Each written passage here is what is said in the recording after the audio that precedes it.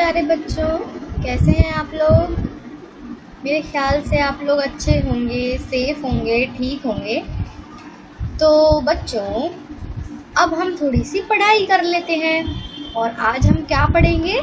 आज हम पढ़ेंगे ईवीएस। ओके, ईवीएस का चैप्टर 7 आज हम पढ़ेंगे। तो चलिए शुरू करते हैं चैप्टर 7, जिसका नाम है एयर एंड वाटर। ओके, यहाँ पर हमें वार्म अप दिया है। तो make smile for activities which are good for us and sad face for those which are harmful. तो आपको यहाँ फेस बनाना है। अगर ये एक्टिविटी आपके लिए अच्छी है तो आपको स्माइल बनानी है, और अगर आपके लिए अच्छी नहीं है तो आपको एंग्री फेस बनाना है। ओके, इस तरीके से। तो ये आप लोगों को खुद करना है। अभी हम आगे बढ़ते हैं चैप्टर की तरफ। So air and water are our basic needs. Air और वाटर हमारी बेसिक नीड है। हवा और पानी हमारी बेसिक नीड है, यानी कि हमारी मूल आवश्यकताएं हैं। हमें इसकी बहुत ज़रूरत है। They are necessary for us to stay alive. हमारे लिए क्यों ज़रूरी है हवा और पानी? ताकि हम जीवित रह सकें। अलाइव का मतलब होता है जीवित रहना, जिंदा रहना। हम जिंदा रह सकें इसलिए हमें हवा और पानी दोनों की ही ज़रूरत है। अगर हमें हवा नहीं मिलेगी तो हम सांस कैसे ले पाएंगे? पानी नहीं मिलेगा तो हम प्यासे रह जाएंगे, और एक समय ऐसा आएगा कि हमारी बॉडी भी काम करना बंद कर देगी। क्योंकि अगर हमें ठीक से हवा नहीं मिली, या हवा जो मिली है वो बहुत गंदी मिली है, या पानी जो मिला है वो बहुत गंदा मिला है, तो हम बीमार हो जाएंगे, और बीमार इस तरीके से। Okay, plants and animals also can not live without them.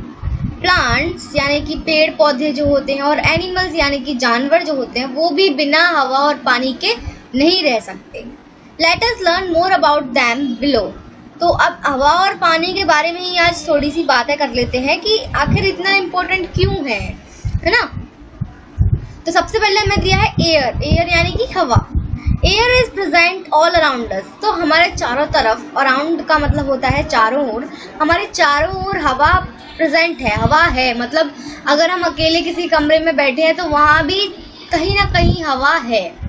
अगर आप ऐसे किसी कमरे में बैठे हो जहाँ बिल्कुल हवा का आने जाने का कोई सोर्स नहीं है और सारे गेट बंद हैं, तो पता है आप उस कमरे में मुश्किल से रुक पाओगे तो 10 मिनट। 10 मिनट से ज़्यादा आप रुकोगे तो आपको घुटन होने लगेगी, क्योंकि वहाँ हवा नहीं है। आप सांस लेने में आपको दिक्कत होगी, है ना। We can not see air. हवा को हम देख नहीं सकते क्योंकि इनविजिबल होती है, मतलब है। हम महसूस कर सकते हैं कि हाँ हवा चल रही है, अच्छी हवा लगी, हमें हवा का झोंका आता तो हमें कितना अच्छा लगता है। एकदम से पसीने में, अगर हम गर्मी में हैं और एकदम से हवा का झोंका आया तो हमें बहुत अच्छा लगता है। तो हम हवा को सिर्फ महसूस कर सकते हैं, देख नहीं सकते। We can only feel it. We need fresh air to breathe. तो सांस लेने के लिए हमको फ्रेश एयर की ज़रूरत है। कैसी एयर की? फ्रेश एयर की, है ना। एकदम ताज़ी हवा जिसमें कोई धूल मिट्टी ना हो, कोई गंदगी ना हो, एकदम फ्रेश। ठीक है। ब्रीथ यानी कि सांस लेना। Okay. Plants needs air to make their food. अच्छा, प्लांट्स को एयर की क्यों ज़रूरत है? प्लांट्स को हवा की क्या ज़रूरत है? प्लांट्स को अपना खाना बनाने के लिए हवा की ज़रूरत है। अब खाना बनाने से मतलब ये नहीं है कि वो गैस पर सब्जियां काट कर फिर रोटियां सेकते, नहीं। प्लांट्स का खाना धूप, पानी और हवा से वो बनाते हैं अपने अंदर ही, और अंदर ही वो ले लेते हैं। मतलब हमें दिखता नहीं है ये प्रोसेस, बट आपने कोई छोटा सा आपने प्लांट लगाया, फिर वो थोड़ा सा बड़ा होता है। कैसे बड़ा हो रहा है वो? और बड़ा, और फिर एक दिन वो ट्री बन जाता है। कैसे बनता है? क्योंकि वो अपना खाना बनाता है और फिर उस खाने से वो ग्रो करता है ना। तो प्लांट्स को अपने खाने बनाने के लिए भी एयर की ज़रूरत होती है। Air is used in various other activities. तो एयर का हम और भी कई सारी एक्टिविटीज़ में एयर का यूज़ होता है। हवा का यूज़ और भी कई सारे कामों में होता है। एक्टिविटीज़ यानी कि क्रियाएं, तो और भी कई सारी क्रियाओं में हवा का यूज़ होता है। जैसे कि सच एज दिया है, जैसे कि टू इन्फ्लेट बलून।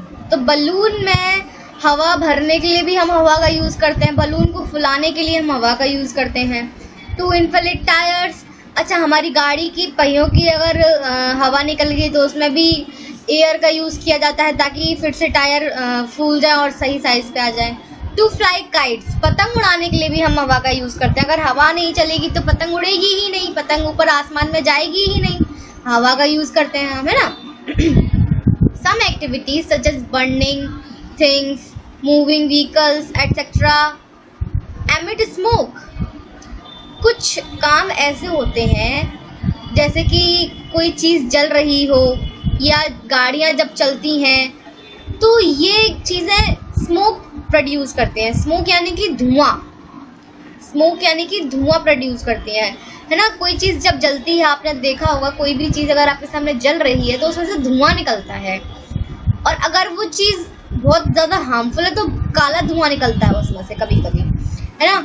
और जब गाड़ियाँ चलती हैं तो आपने देखा होगा कि गाड़ियों के पीछे से धुआं निकलता है, बहुत गंदा धुआं, जिसको अगर आपको अगर गलती से भी मुंह पर पड़ जाए तो आपको खांसी आने लगती है उस धुएं से। This smoke makes the air impure, और ये जो धुआं होता है, ये जो स्मोक है वो हवा को इम्प्योर बनाता है। इम्प्योर यानी कि दूषित, इम्प्योर यानी कि गंदा बनाता है ना। हवा में गंदगी भर देता है साथ में, क्योंकि हवा फ्रेश आ रही है, फिर आपने उसमें कई सारा धुआं स्मोक मिक्स कर दिया तो हवा फ्रेश रहती नहीं है, वो हवा गंदी हो जाती है, वो दूषित हवा हो जाती है। This is called air pollution, और इसको हम कहते हैं एयर पोल्यूशन। एयर पोल्यूशन का मतलब क्या होता है बच्चों, कि गंदी हवा को दूषित करना ही एयर पोल्यूशन कहलाता है। Air pollution is harmful for our health, और हमारी हेल्थ, हमारे स्वास्थ्य के लिए एयर पोल्यूशन बहुत हार्मफुल है। हार्मफुल का मतलब होता है हानिकारक, नुकसानदायक है। और एयर पोल्यूशन मतलब वायु प्रदूषण। पोल्यूशन का मतलब वैसे हिंदी में होता है प्रदूषण, तो वायु प्रदूषण हमारी स्वास्थ्य के लिए बहुत हानिकारक है, बहुत नुकसानदायक है ना। मतलब हमें बीमारियां होती मतलब जो स्मोक होता है, जो व्हीकल से निकलता है, कहीं कहीं कोई चीज़ें जल रही हैं उससे जो स्मोक निकलता है, और भी कई जगह होते हैं, फैक्ट्री होती है, जैसे किसी चीज़ की फैक्ट्री है तो आपने देखा होगा कि फैक्ट्री के ऊपर एक चिमनी निकलती है, उसमें से जो धुआं निकलता है वो बहुत ही ज़्यादा हार्मफुल होता है ना। जैसे कि इस फोटो में देखिए चिमनी है, इसमें से देखो कितना धुआं निकल रहा है, यहाँ पे कुछ जल रहा है तो इसमें से देखो कितना ब्लैक धुआं निकल रहा है, ये देखो व्हीकल्स के पीछे से कितना ब्लैक धुआं निकल रहा है ना। तो फैक्ट रिव्यू हमें क्या दिया है, we should plant trees and avoid burning things to make the air fresh.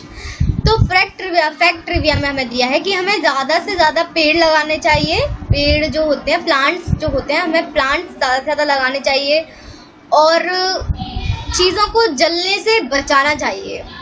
जैसे कि हम क्या करते हैं, जैसे हमारे घर से कुछ कचरा निकलता है तो हम उसको बाहर रख कर जला देते हैं, वो बहुत गलत चीज़ है, नहीं जलाना चाहिए कचरे को, है ना। कचरे को कभी नहीं जलाना चाहिए। तो इससे क्या होगा, हमारी जो एयर होगी, जो हवा होगी वो फ्रेश बनेगी, वो ताज़ी होगी, और कम से कम पॉल्यूशन होगा, जिससे बीमारियां भी कम से कम होंगी। नेक्स्ट है हमारा वाटर। वाटर क्या होता है बच्चों, वाटर तो सबको पता ही है, बट थोड़ा सा वाटर के बारे में जानते हैं। Not only for humans, water is essential for plants and animals as well. सिर्फ ह्यूमंस के लिए ही नहीं, ह्यूमंस का मतलब होता है इंसान, ह्यूमन बीइंग यानी कि इंसानों के लिए, इंसानों के लिए ही नहीं, वाटर जो है वो प्लांट्स यानी कि पेड़ पौधे और एनिमल्स यानी कि जानवरों के लिए भी बहुत ज़रूरी है। एसेंशियल का मतलब होता है बहुत ज़रूरी है। We need water in a number of daily activities. Water हमें हर रोज़ की ज़रूरत है, हमें हर रोज़ वाटर की ज़रूरत पड़ती ही है। डेली एक्टिविटीज़ यानी कि रोज़ के कामों में, रोज़ के जो काम होते हैं हमारे, हमें पानी की ज़रूरत कहीं ना कहीं पड़ती है। सच एज ड्रिंकिंग, जैसे कि पीना, पानी पीने के लिए हमें चाहिए, बिना पानी नहीं पिएंगे तो प्यास लगेगी, गला सूखेगा, हमें खांसी आती है ना। बाथिंग यानी कि नहाने के लिए हमें पानी की ज़रूरत पड़ती है, और अगर हमारा एक बार नहाने में मन लग गया फिर हम घंटों तक शावर के नीचे आराम से नहाते रहते हैं, बहुत गलत बात है, ये बहुत गलत बात है ये। इससे पता है पानी का वेस्टेज होता है ना, कितना सारा पानी हम ऐसे ही नहाने में वेस्ट कर देते हैं, ये बहुत गलत है। कुकिंग यानी कि खाना बनाने में भी पानी की ज़रूरत होती है। कुछ भी हमें बनाना है तो पानी तो चाहिए। और भी ऐसे कई सारे काम होते हैं जिनमें पानी की ज़रूरत होती है। Plants need water to make their food and grow. तो प्लांट्स को अपना फूड बनाने के लिए और बढ़ने के लिए पानी की ज़रूरत होती है। आपने कई बार नोटिस किया होगा, अगर आप किसी प्लांट को पानी देते हैं, अगर वो प्लांट मुरझाया हुआ है, वो प्लांट अगर धूप से सूख गया है और आपने उसमें पानी दिया, अगर आपने उस प्लांट में 2 दिन भी पानी दिया ना, तो वो एकदम हरा हो जाता है, एकदम खिल जाता है, फिर से दोबारा से खड़ा हो जाता है। क्यों? क्योंकि पानी से वो अपना फूड बनाता है और ग्रो करता है। Plants like lotus and water lily grow in water. Lotus यानी कि कमल और वाटर लिली भी एक प्लांट है जो कि सिर्फ पानी में ही उगते हैं। बिना पानी के वो ग्रो कर ही नहीं पाएंगे। Animals need water to drink and bath. Animals को भी पानी की ज़रूरत क्यों होती है? पीने के लिए और बाथ नहाने के लिए, है ना। देखो, हम क्यों नहाते हैं? ताकि हम अपनी बॉडी को साफ बनाएं, अब हमारी बॉडी से स्मेल ना आए, हम एकदम अच्छे दिखें। एनिमल्स भी कुछ इसी तरीके से। पर एनिमल्स क्यों नहाते हैं? क्योंकि देखो जंगल में जब एनिमल्स रहते हैं तो उनको बहुत गर्मी लगती है। कभी कभी इतनी गर्मी होती है कि उनको गर्मी लगती है ना, तो प्यास भी लगती है। और अपनी गर्मी को शांत करने के लिए वो लोग नहाते हैं, वो लोग पानी में जाते हैं ताकि उनकी गर्मी थोड़ी सी शांत हो सके, है ना। तो एनिमल्स को भी नहाने की ज़रूरत होती है। Some animals like fish, whale, octopus etcetera live in water. और कुछ एनिमल्स जो कि जैसे कि फिश, व्हेल, ऑक्टोपस, ये लोग तो ये सारे एनिमल्स तो पानी में ही रहते हैं।